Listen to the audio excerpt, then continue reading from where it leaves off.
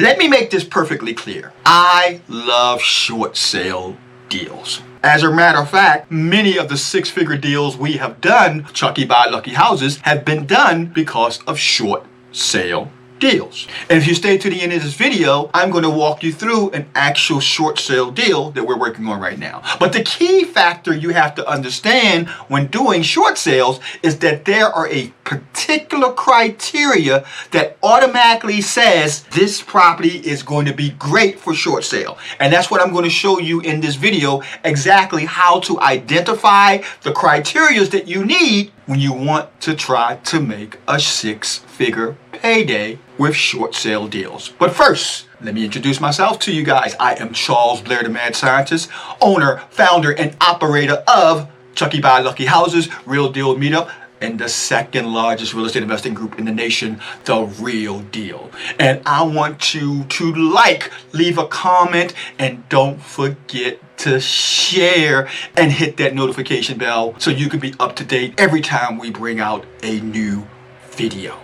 Now, one thing you got to understand, no matter how much you try, you can't make a short sale happen. That homeowner has to want it to happen, because the key point in doing a short sale is the fact that the homeowner is willing to do and put forth the effort you need to make it done.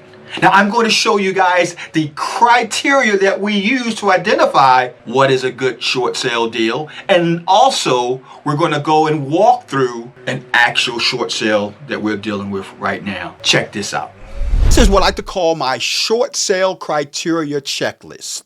Now, let me start off by saying, there is no guarantee that anyone can give you that if the property you're looking at or evaluating has all of these criteria in place, it's an assurity that you're going to get a short sale. No, this is not a guarantee. However, if you have all of these criteria in place, there's a high probability that you could get a short sale. And these are the criteria that you want to look for when you're determining if your property exit strategy is a short sale or a subject to or whatever. But in this case, we're going to be talking about a short sale. Number one, we want to make sure that the homeowner owes more for the property than the as-is market value. In other words, you're talking about someone being upside down on the property. Now, let me preface this one by saying this is not 100% absolute. We have done short sales before when the mortgage wasn't upside down. But when we're talking about a six-figure payday, we're talking about a great discount. Typically, that type of deal, the mortgage is upside down from whatever the market value is. Number two, the monthly mortgage payments are behind. Now, the more the payments are behind, the better, because that's going to be a situation where that bank is going to say 6 months, 9 months, 12 months, a mortgage hasn't been paid. We may not get this property going through fruition with this seller at all. We need to figure something out. And that short sale could be the best exit for that mortgage company. And the longer it is behind on payments, the better chance you are to get a short sale. Number three, you can get a short sale if the mortgage payment is current, but the likelihood and the overwhelming majority of the deals that we've gotten, the mortgage payment was not current. It can be that rare occasion where once you go into what we're talking about with number four, they may allow a current mortgage to go through short sale. But I'm talking about the higher probability, 90% or more, you're looking at that mortgage being behind,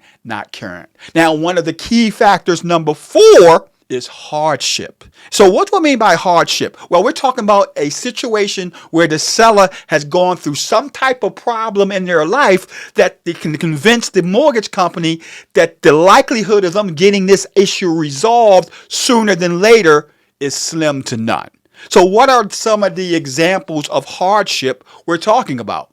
Unemployment, income reduction, a job relocation, business failure, divorce, illness or sickness, death in the family, bankruptcy, incarceration. So all of these reasons can be looked upon as an issue where this homeowner may not be able to catch the mortgage up when it's behind because these lingering issues still exist. And last but not least, mortgage payment adjustments cannot afford the loan modification. So when there is an option for a modification, but because of these hardships or what other matters are in place, the likelihood of that being solved or being paid is slim to none. These are what we're talking about, examples of hardship situations.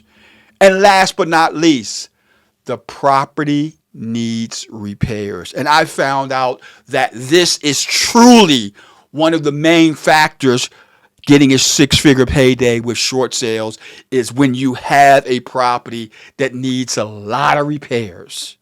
And that property, you show those pictures to that actual mortgage company, not actually you're showing them, your actual agent or your attorney is showing it, because you can't do the short sale.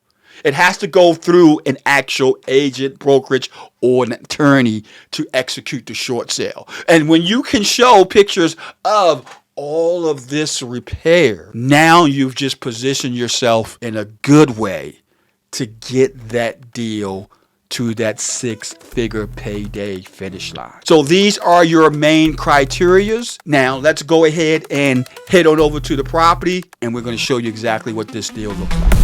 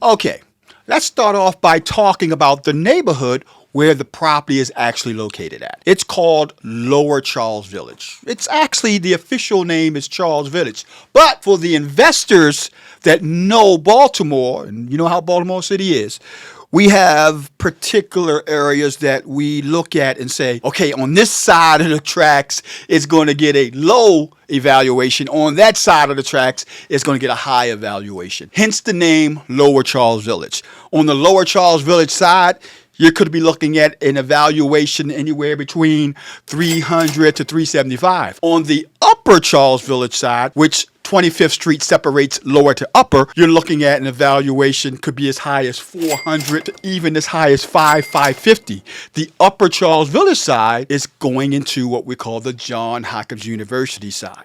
And that's where you really get those super high evaluations. But for the sake of this property, it's located in the lower Charles Village side. Now, as I mentioned, I think the valuation on this is going to be somewhere between 350, 375. Rehab costs, we have around 45 to 50K. This deal definitely has all the makings of a six-figure payday. Now, we could have taken this deal in a number of different directions. We could have done a situation where we made the mortgage payment current, then we did the repair work, and then we basically rent the property out. So that could have been one of our options there. But we were looking at which one is going to give us the biggest profit on the exit. And for us, that big profit on the exit will be short selling it, which is knocking off the actual mortgage amount so that we have a higher equity position to either wholesale or fix up,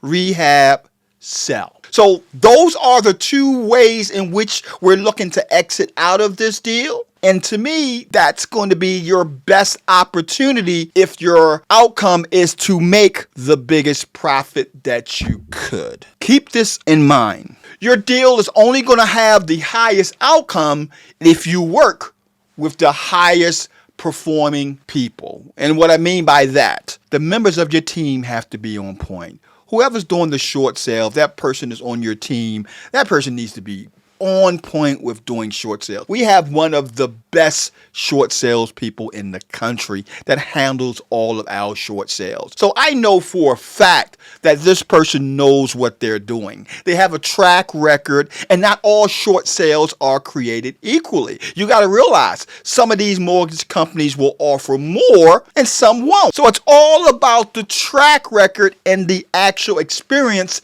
of that real estate agent or that actual attorney that's negotiating that short sale to that bank. Bottom line is, garbage in gives you garbage out. Know your numbers, know your valuations, but most importantly, know the criteria that it takes to get a six-figure payday with short sales. This is Charles Blair, the Mad Scientist, signing out, and I'll see you in the next video. Bye-bye.